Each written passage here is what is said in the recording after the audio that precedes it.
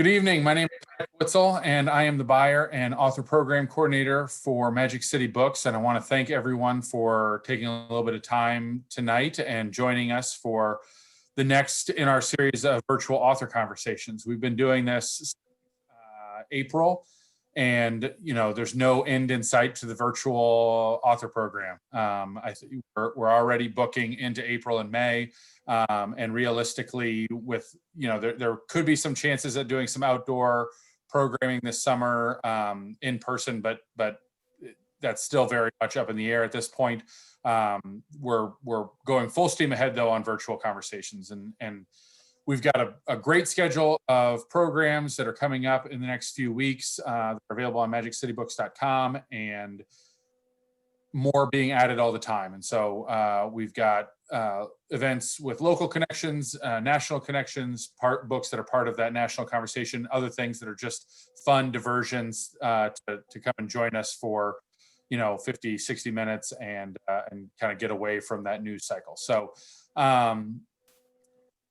we are really, really excited tonight to be joined by Beau Wise and Tom Sileo, and to talk about their new book, Three Wise Men. You're going to learn a lot more about that in just a few minutes, but there are some local connections for tonight's event as well, as Beau now lives here in Oklahoma. And so we're really, this book kind of came across my desk as the buyer back in the fall. Most of the time, books kind of are sold a season ahead, and so we're able to see those books that are coming out in January, February, back in September, and this one was one that we marked right away as something that we were interested in being able to bring to our community of readers, and hopefully being able to bring a virtual event. And so we're really excited about being able to have Beau and Tom join us tonight and talk about the book.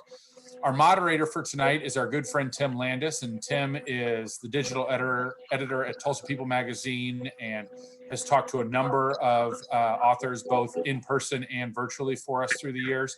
And so we're really excited to have Tim joining us tonight and do it. He's having a little bit of some technical issues, and so we're just kind of getting that fixed right now. And he's going to be joining us in just a minute. But as we go, I think that I am going to, as Tim is kind of getting things ready, I'm going to transfer it over to Tom and let you, Tom, if you would just kind of start by telling us about how, and introduce yourself a little bit, talk about how you and Beau kind of learned of each other, if you would, please. Yeah, absolutely. And thank you, Pat, and thank you, Magic City Books, for having us tonight. It's a real honor. Beau and I got together in 2018. I believe it was September of 2018.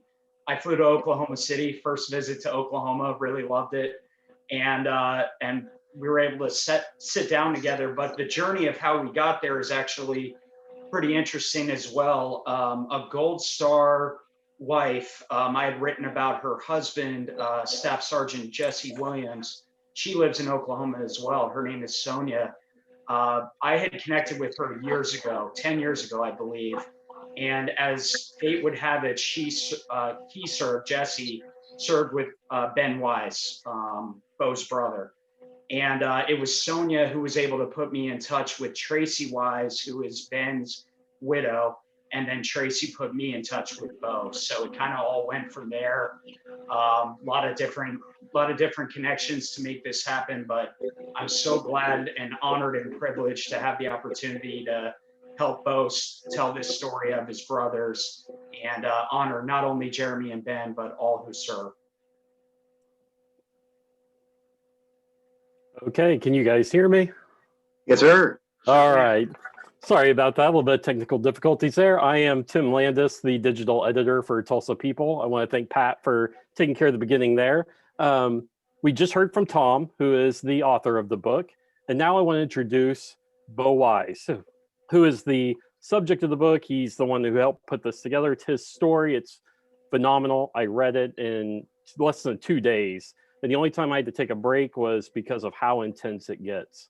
It is an extremely powerful story. It's a story that everybody should read for multiple reasons. But I want to introduce Beau, who is from nearby Arkansas, now lives in Guthrie.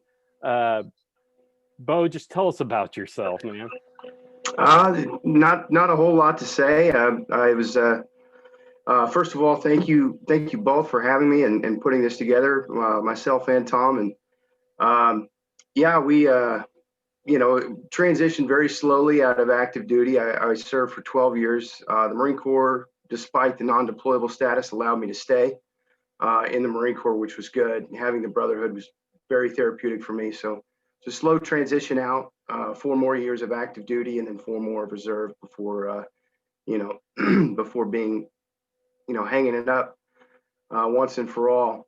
And so now we're surrounded by family, just like you said, north of Oklahoma City, and went into business with the family, and just doing pretty good. And I'm now the father of 2 children, and things are good.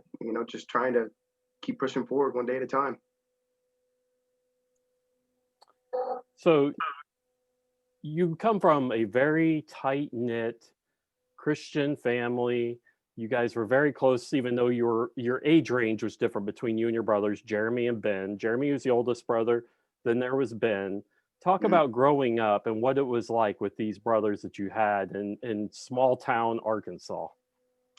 It was as you said, the age arrangement being 10 years younger to Jeremy and 7 years younger to Ben, and 79 to 83, 4 years younger than my sister, 5 years. It was to Jeremy, I was kind of like the pet. He took me everywhere, and Ben and Heather and I more like rivals, I think. But Jeremy was very entertained having me around, so he was larger than life, and eventually Ben as well. But we were always in the country. We moved around a few times.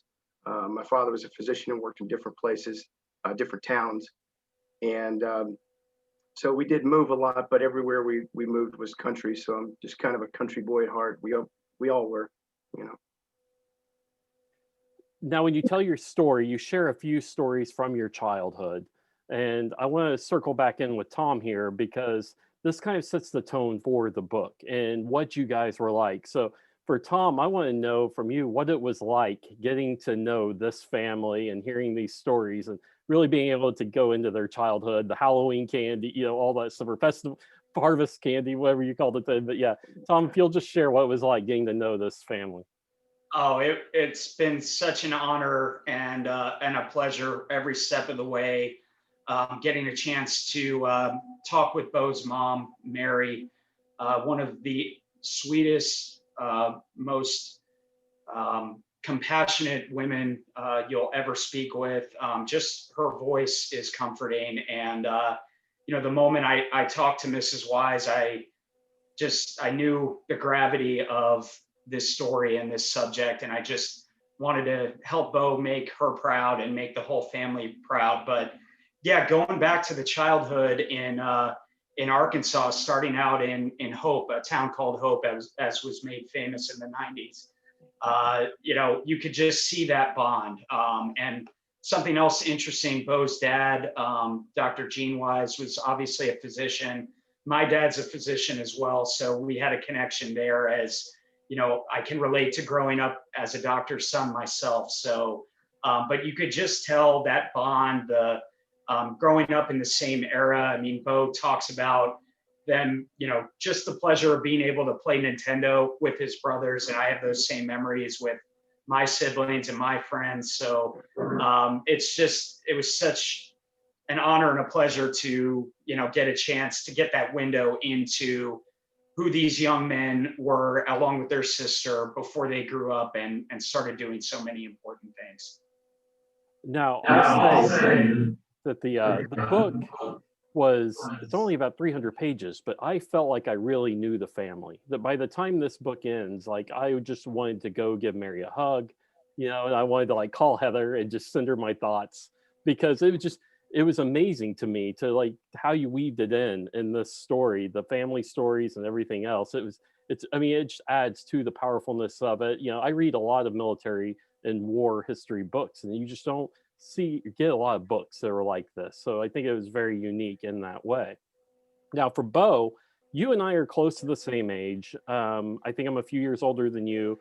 I was a freshman in college and 9/11 occurred. I think you were still in high Yeah. school. Okay. But your brothers were already getting involved in the military somewhat. But looking back on that time and how it's almost been 20 years now since all of that happened and everything. But what was going through the story about you going to Sonic with your brother and revealing to him that you had been kind of thinking about the military at this point? Your brother had already been in, he had been in the Navy, I think went through the academy, I think, or was about to go back. But anyway, West Point. yeah, West Point. Yeah, yeah. So just go back to that time and what was going through your mind, and with these older brothers, with the way the world was, because that really sets up where the direction of the story. Yeah. So one of the things that he was worried about, and it was something that my father preached early on. He said, when he first saw that Ben and Jeremy were thinking about it in high school and college, and he was just, all right, just get a bachelor's first. That's all that I ask. And Jeremy kind of, he finished his bachelor's, and as you know, he was in his second year of med school. And he really wanted to reinforce that. He thought that, my dad's sentiments were a good plan. Like, you want to go to the military, that's fine, but go with as many options as you can, and college will provide you. And it's a great, there's nothing wrong with that. And there's a lot of people that works for, and I couldn't make it through college. In college, I was thinking about it every day, and the same way that Ben was, and even Jeremy was, even though regardless that he finished a lot of schooling. But yeah, back at that time where Jeremy discovered that the bug had bit me and that I was thinking about it, it was that frustration where he realized Ben was about to just do it, and it just didn't seem deliberate. And with Jeremy, everything was deliberate. Everything just had to be down to a T. So I think that was probably Jeremy's fear in the scene that you're talking about, where he just wanted to make sure, like, look, get your bachelor's and have a plan. And, it's just a protection thing for Jeremy, I think. That's just the way he was. And you had some distant family, uncles and stuff. Your mom told you these war stories about your distant family. You didn't have an immediate family, but you and your brothers all end up in different branches. Yes. What was that like, having a Navy SEAL brother, a Green Beret brother, and then there's you in the Marine Corps, who are always known for being the baddest dudes on the planet, as soon as they enlist. So what was it like having the three different branches represented? How'd your family react to that? Just kind of scratch their heads at it, like, I think I toyed with the idea of, buds and this and that. And, Ben being the first to enlist, the job per se, I don't think was as what he wanted. Or he didn't really care about the job. He wanted to go, combat infantryman. And from there's a different window. There's Rangers, Green Berets, and all sorts of windows in the Army. The ladder goes very high in the Army. And he was just kind of, I've just got to get through the front door. Jeremy's was buds or bust.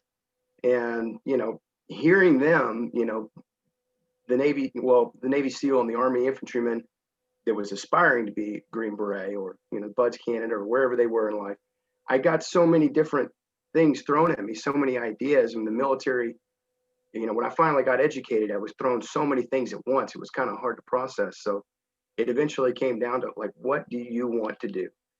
And, I said, I like preaching. I like, I want to shoot guns. I want belt-fed ammunition, and I want this, that. And he said, well, you don't have to go to Buds to do that. There's Marine infantry's about as good as it gets, and that's all they do. I was like, all right, I'll go do that. And so, yeah, we didn't plan it that way. It's just how it worked out, Now, by the time you guys are all involved, the war is going. And Tom, were you covering the war as a reporter? Because you have a pretty lengthy career going back and documenting war and stuff. So what was going on in your world around the time that these guys were all just getting going? Sure, I'll give you the Cliff Notes version, but I was in Northern Virginia, where I grew up, on 9/11, so not too far from the Pentagon.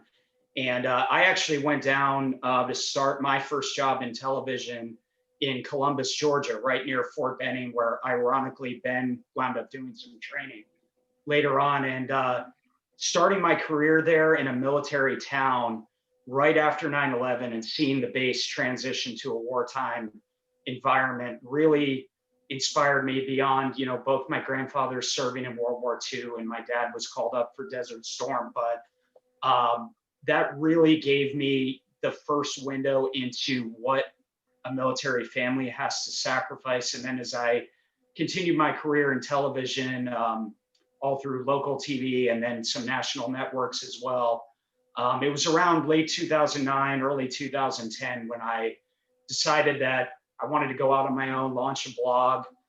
That turned into a syndicated column telling the stories of families like the Wises.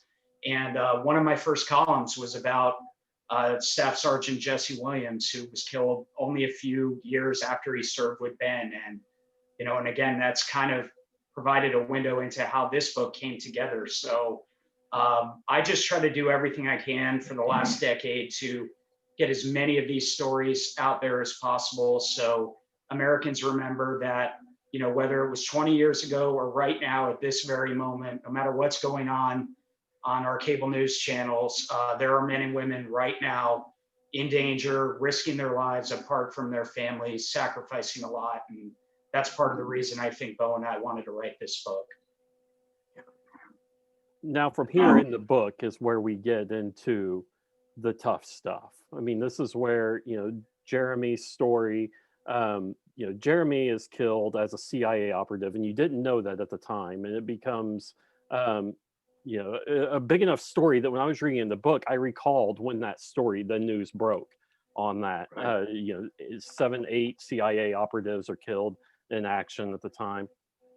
And then you go into Ben's story, which is even more difficult. Beau, how was it for you going and sitting down and talking to Tom about all of this? Because I know Tom, you had to go in and talk to other family members and stuff, but for you two, what was that moment like for you? I mean, it's got to be extremely difficult to share that story again. It is difficult. 5 years ago, I got into a therapeutic outlet, journaling, and just tried to, just cope with it as best I could. Initially, yeah, you're absolutely right. It was very, very difficult for me to speak with it, especially to anybody that wasn't a veteran. I wasn't even talking to my own family members, and most of the journals were lost. We probably only uncovered what, Tom, like 3 or 4 entries at most, I think. Yeah, something like that. But but it did help me just to have an outlet. And but when Tom kind of told me his vision, and I said, there's one thing that's been heavy on my chest is I want, Jeremy and Ben's, their service careers as, being focused on the preservation of life. I just don't think, hasn't really been fully dove into, and I really want to get into that. And I want people to know how they lived and how they died.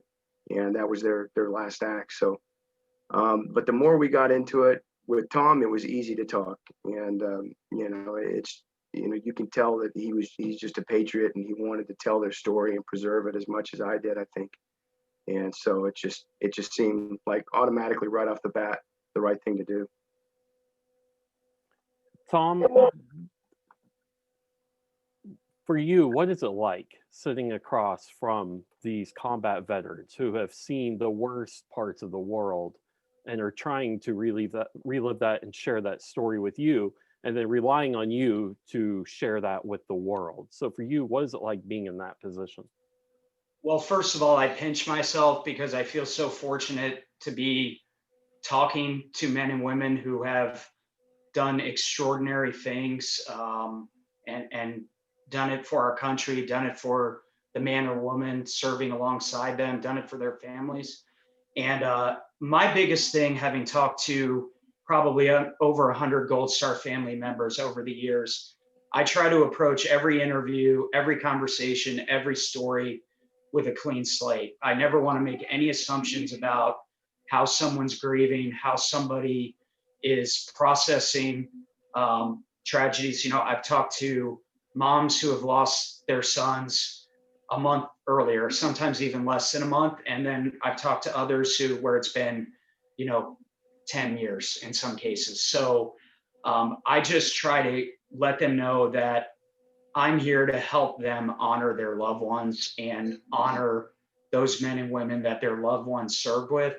And I'm here to listen, and then, we can exchange ideas about how to tell the story and whatnot. But, I told Beau right away, I said, no matter what happens, no matter how many interviews we do, how many books we might be fortunate enough to sell, it's all about Jeremy and Ben and your family, and it always will be.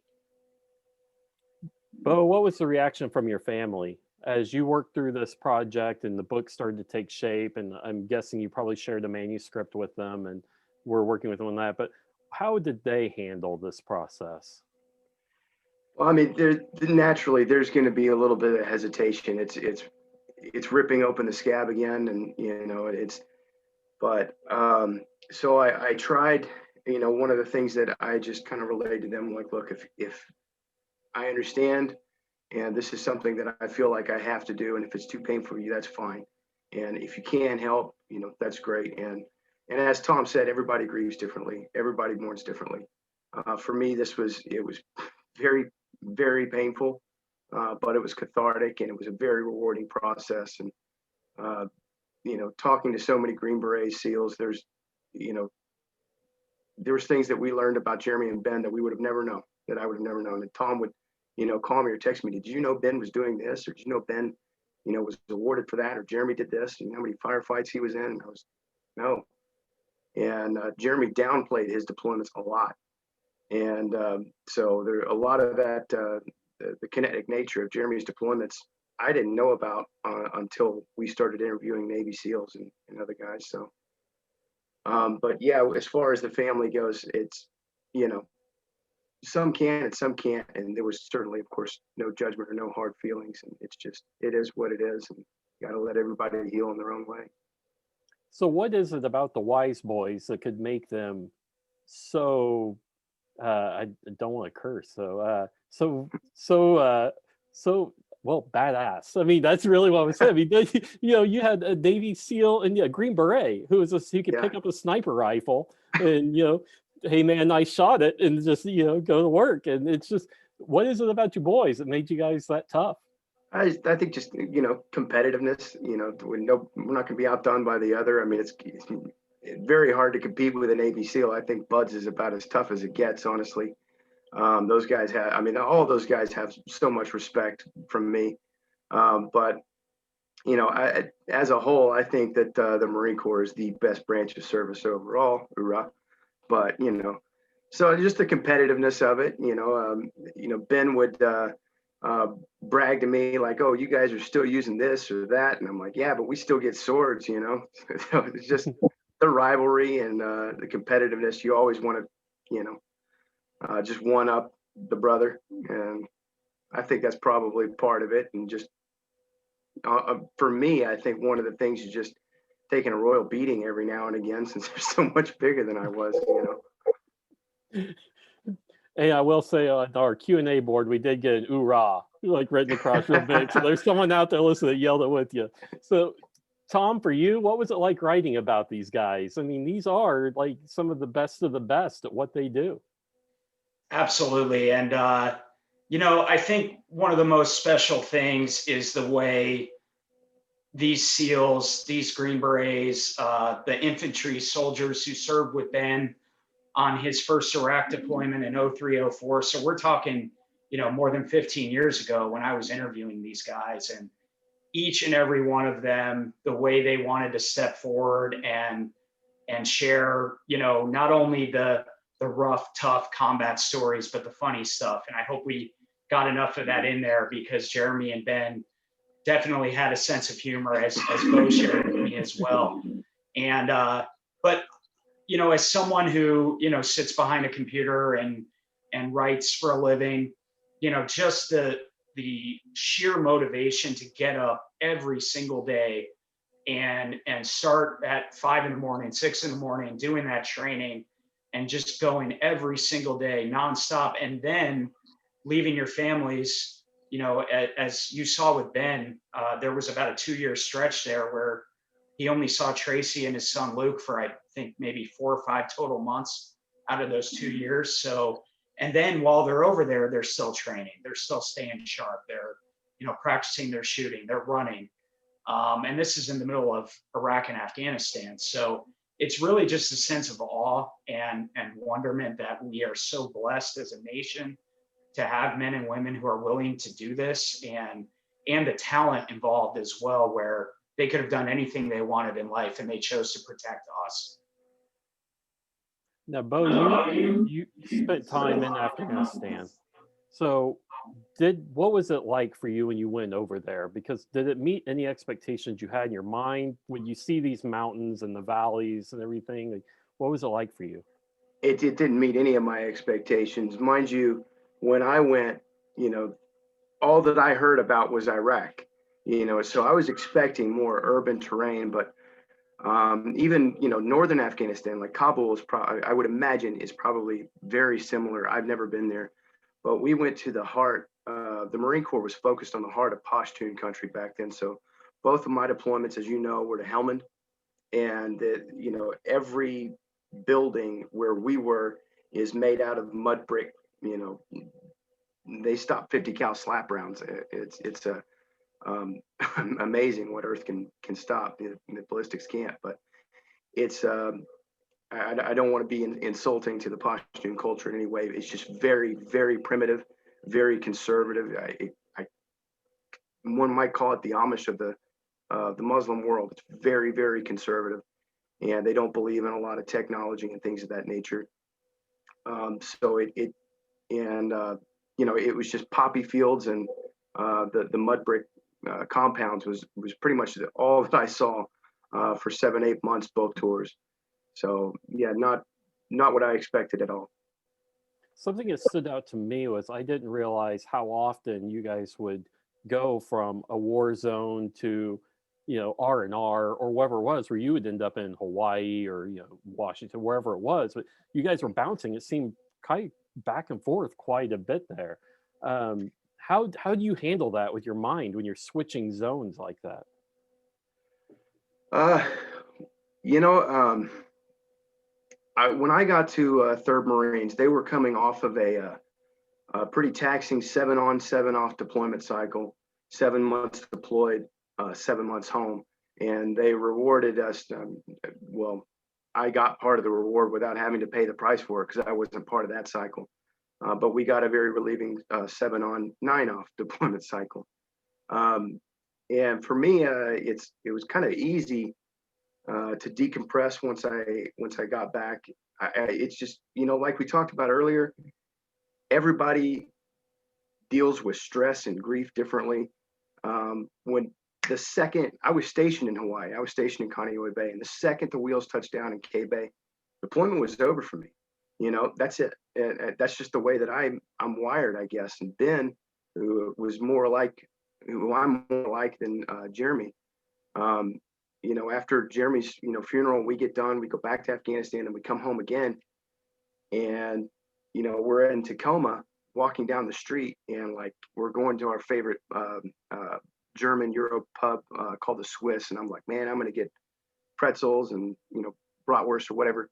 And I look over and I see his eyes, and he's scanning rooftops. And I had to like snap my fingers at him and be like, Ben, there's no snipers in Tacoma, brother. And he's like, yeah, you're right. So, you know, the adjustment is different for everybody. That part was easy for me. It's not as easy for some.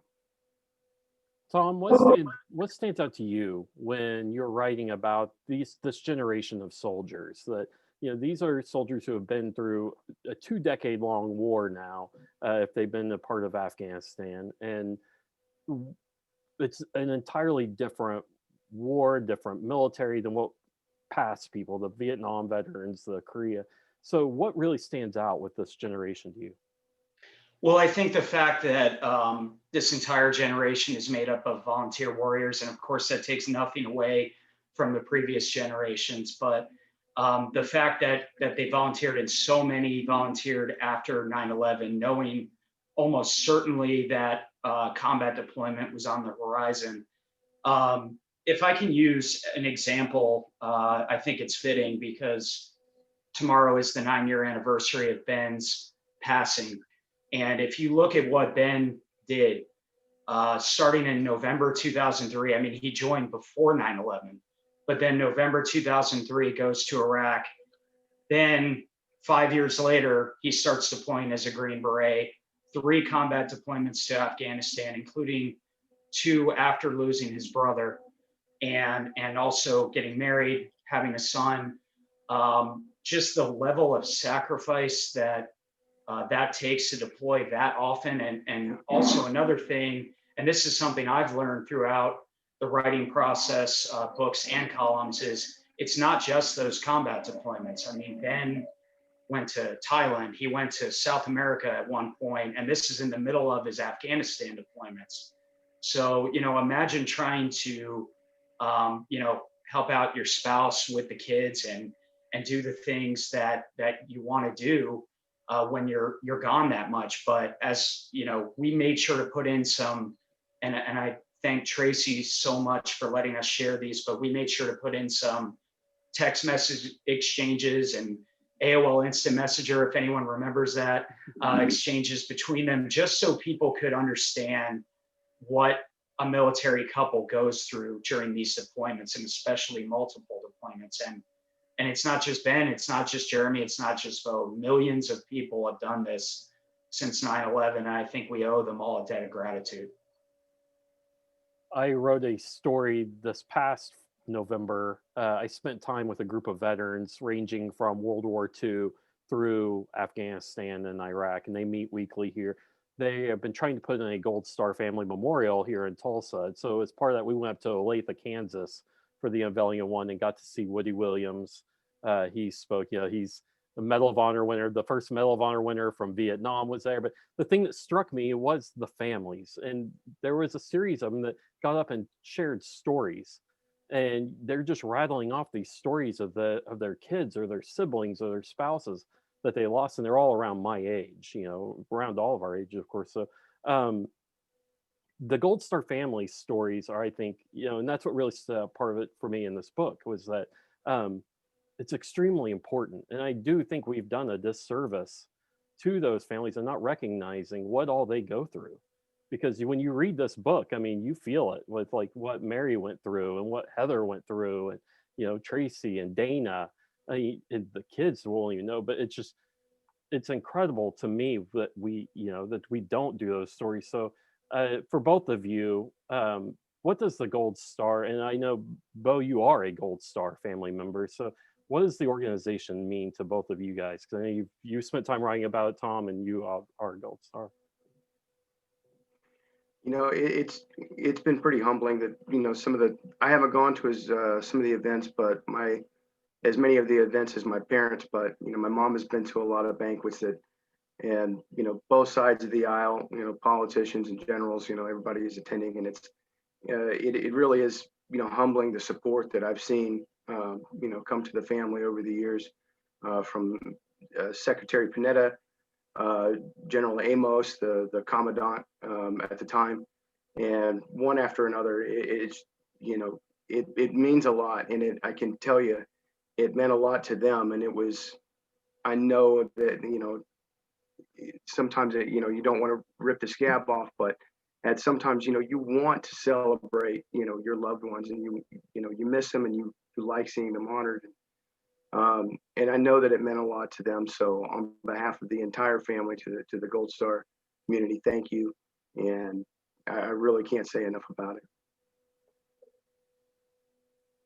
Yeah, and Tim, I'm privileged to be in touch with so many Gold Star family members that I've had the honor of writing about their loved ones. Some might even be on watching us tonight. And for me, the way I try to approach it, not just with books, but with columns, is I really believe that in a country where men and women are still fighting at this very moment after 2 decades, that every day needs to be Memorial Day.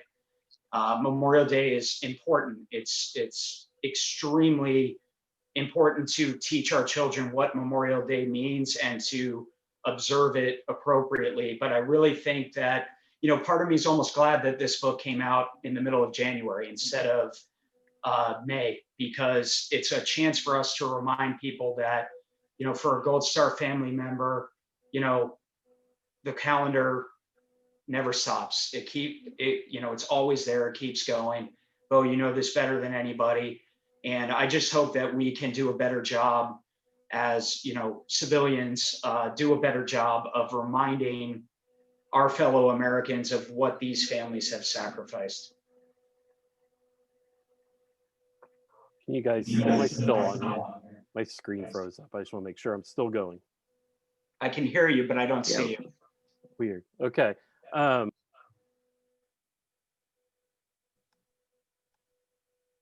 there he did for a second. So we're gonna come back in. Just a reminder, we'll do a little commercial here for a second, if that's okay. We've got links to purchase the book in the chat section, or if you're on Facebook right now, we've got a lot of folks watching on Facebook right now, a lot of friends and family that are sending well wishes. And so there's a lot of really great comments for both of you, Tom and Beau. And I encourage you to check that out after you're done, because there's a lot of really very kind words. No real questions right now so far, but a lot of really kind words, people that you've known and some people that just found the event. And so do take a look at that. But we have links to buy the book in both places. We also would be happy to have questions from the audience if there are any. And so post those either in the chat of Facebook or in the Q&A section here. So Tom, do you have, so I know that Tim was kind of talking about the Gold Star families a little bit there, and he's coming back in now. So the commercial can probably be over, but Tom, what other, work have you been able to do kind of with those Gold Star families? Can you share just a little bit more about that, please? Sure, absolutely. For the last 10 years, actually, I've been privileged to meet, interview, write about other Gold Star family members. My first book was written with a Gold Star father, Colonel Tom Mannion, retired Marine, about his son Travis and his Naval Academy roommate, Brendan Looney. So Gold Star families are national treasures. And I think it's our duty as Americans, all of us, to not only show them the respect that they deserve, but just tell their stories, share their stories, and make sure they know that their loved ones will never be forgotten.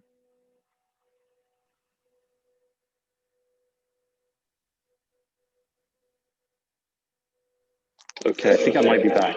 You got me? Got you. There you are. Okay.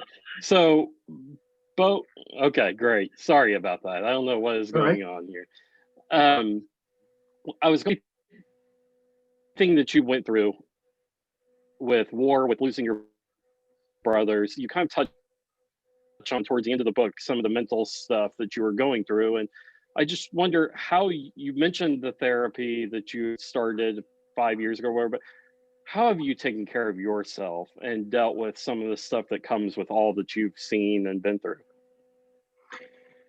One of the reminders that one of the things that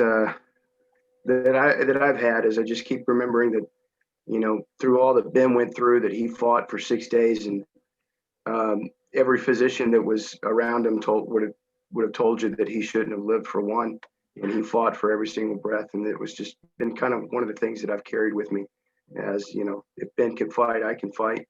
But for me, I found therapy just playing with my kids, and we have a 3-year-old and a 2-year-old, and my toddlers and my wife are my lifeline. And just coming home every day is just therapeutic enough. It's all the therapy I need. Tom, for you, what are you seeing out there? I know that the VA has made strides in mental health care and helping out with veterans, combat veterans and such, but from your reporting and everything you've seen, what are you seeing on that front? Well, I think you're right. I think there have been some very real improvements, and that's great. But I think we need to do better. I think, you hear too many stories of people not getting the care they need and long waits and things of that nature. And to me, as a civilian who looks up so much to the military community, I don't understand why there would ever be any problem getting the care they need. And I'm not just talking about the physical well-being. I'm talking about, the mental health care, some of the things that Beau brought up. And, but also, and not to speak for you, Beau, but, Beau's been talking a lot lately about, if you see something as a family member or if you are a veteran, to talk to someone, and if you're around that veteran, to talk to him or her. And so it really probably starts at that level. So it starts with us as a country and as a community. And then obviously we have to rely on our political leaders to hopefully stop all this nonsense and get these important things done.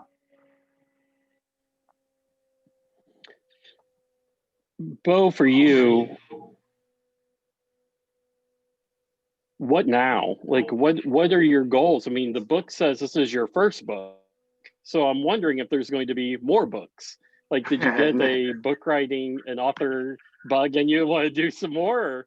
No, not anytime soon. Maybe, not something as personal and as digging through the past and all that stuff, but nothing on the horizon right now. Now, a lot of these books become movies or miniseries. Does that come up at all, or does that interest you at all in this becoming something bigger than the book? Or I would have to talk to the whole family. Nothing has approached us yet, but we would. The book is heavy enough for everyone. I think that we would have to just make sure that the whole family was on board, and maybe after the dust settles from the book and everything, if it did come up.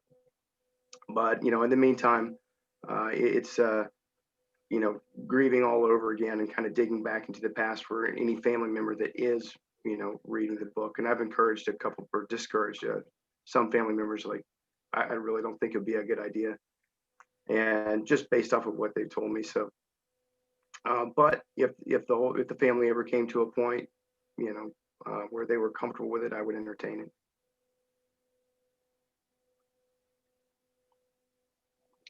we have a question from Facebook, and Amanda asks, there were so many SF interviews and stories of Ben's missions. Why weren't there more SEAL accounts of Jeremy's missions in the book? I'll tell you, one of the reasons for that is because a lot of the guys that deployed with Jeremy were deployed while we were writing the book.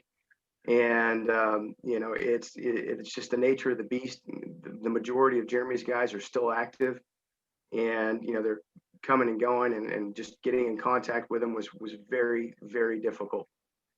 So it's, a few of them were out, and I'm not sure if they're comfortable with us saying their names, so I won't. But to the few that were available, and one name that I know that we can mention was Bob Jordan, Jeremy's naval intel instructor, and he was just absolutely,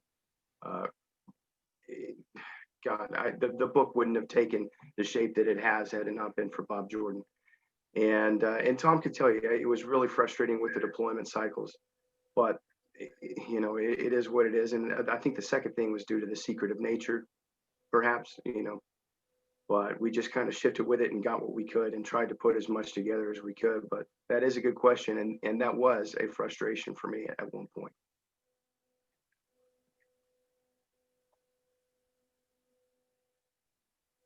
Tom, do you have anything you'd like to add to that? Oh, sure. Sorry, I wasn't sure if you wanted me to jump in. Connect all the dots.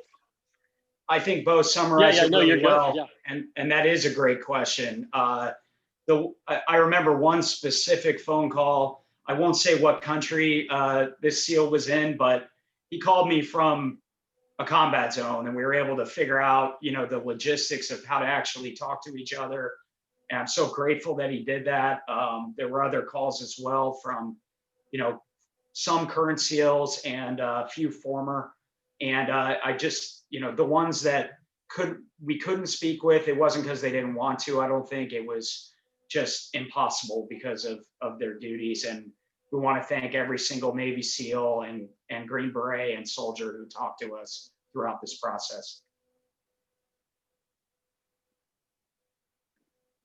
When you're writing about the injuries and the final days of Ben's life, how, for you, Tom, and for Beau, how did you decide how far you wanted to go with descriptions and how graphic you got with details?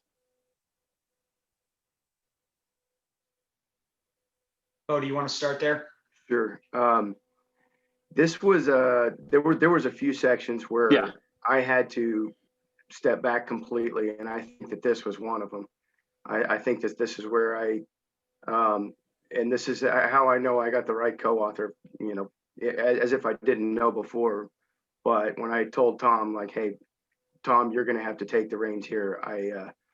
I've got to just check out. We were getting information as far as the final deployment for Jeremy and Ben, and especially with Ben. I mean, most of Jeremy's was depicted in Triple Agent and of course Joby Works book, and then the movie Zero Dark 30. But with Ben, as far as the combat side of it, the more we got, the heavier it got for me, and I had to step back and let Tom take the reins. And he said, "Don't worry, I got it. You know, as soon as I'm done, we'll go through edits together at your pace, brother." And and it's, I really don't know how I'd have gotten through this book with anyone else than Tom, but I'm grateful that I had him. And yeah.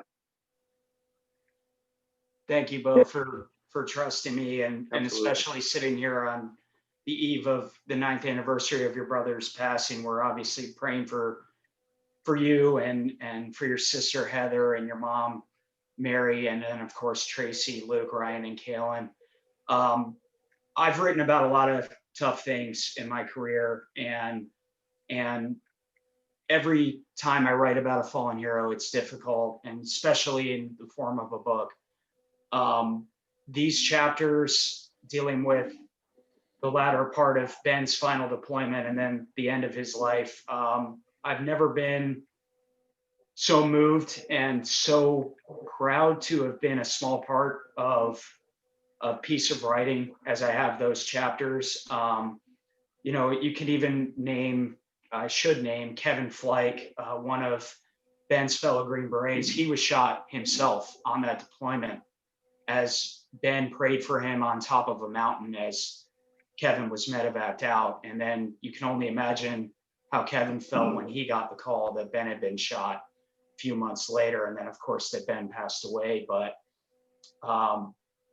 what those Green Berets did, lining up at the blood banks, making sure that Ben had what he needed. I've heard from a bunch of the doctors and the airborne guys who helped Ben on his flights in between Afghanistan and Germany. And they all said he fought hard, and they all said they remember him vividly and they pray for him and his family all the time. But the courage that everyone showed, and we're sitting here again 9 years ago, almost exactly, and the courage that everyone showed throughout that period, and the flying over to Germany, Beau, and Ben's wife, Tracy, and being there at Ben's final moments, I don't think I'll ever forget. I feel almost like I was there because of the people who were so brave in sharing it with me, and I'll never forget it as long as I live. And I know when I go to bed tonight, I'll be saying a lot of prayers for the Wise family.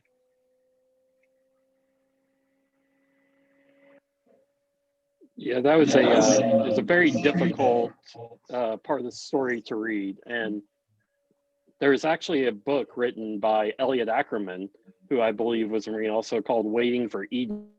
And it's kind of a fictional take on that on that moment. And so reading his account and then reading your story, it just, my gosh, I mean, I don't know how you can write this, something like that. It's just and to think that, Ben's not the only soldier that's been through something like that, and it's really hard. So you did a phenomenal job on sharing this story. And Beau, you being able to share this story with the world is very important and very powerful. And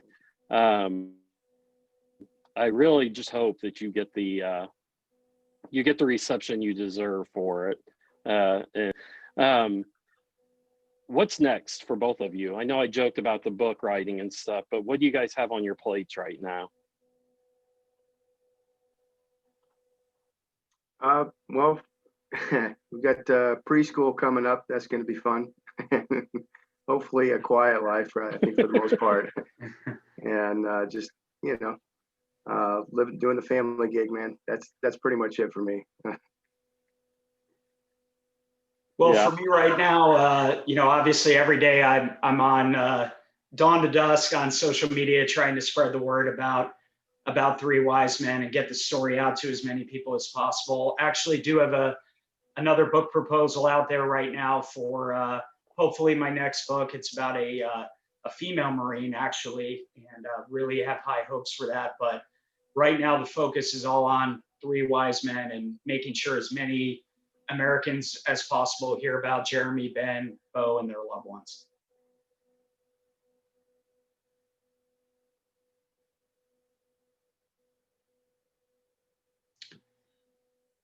Tim, I think you might be on mute. I am on mute. All right. So I don't know how that happened. Yep. All right. Beau, for you, is there anything that we haven't covered in this time that I missed that you want to talk about or want to add to this conversation? I would. There is one thing. We talked about it a little bit as far as things that we can do better, and I can tell you one of the problems that we have, and it's minute. It's getting better. It's not perfect. But that's to, the service members, the active service members out there, identifying that cultural stigma that can bring a service member to a severe point of depression.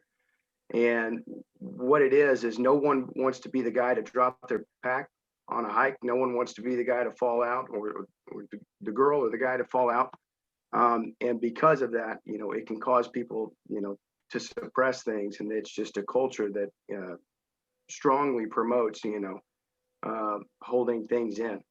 And so as Tom pointed out earlier, we Marines, we call it, a lot of people in the counter ID warfare, you call it the change in the baseline, meaning just something that's not supposed to be there, or something that should be there that's not. And so my best friend Cody is very neurotic. If he doesn't call me 3 times a day, something's wrong. So it's being able to identify when someone is hurting, and calling it without discouraging them from talking about pain, and identifying that cultural, and the further you go up in the combatants, from whatever level, all the way up to Green Berets and Navy SEALs, being able to talk about it when you need to, and encouraging your brother and sister to the left and right of you. So my final note would be to the current service members: look left, look right, and identify the problem and ask them about it. And yeah, that's it.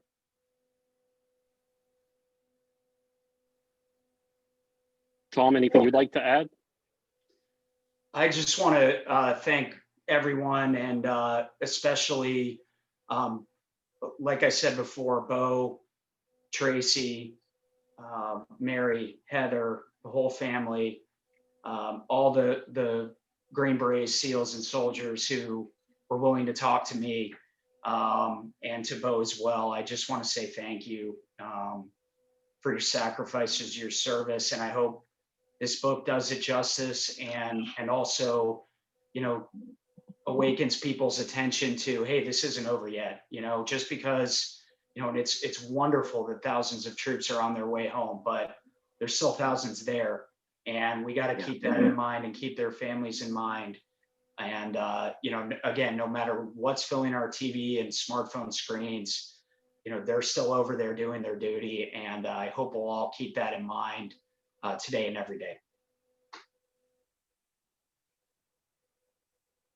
Well, I thank you both so much for taking part in this conversation, but more importantly, for sharing the story, and for Beau, for your service and all you did for us during your time in the Marines. And I wish you both the best the rest of the way. And for everyone that's still watching, go out and grab a copy of this book, read it, and buy one for your dad, your brother, your sister, everybody.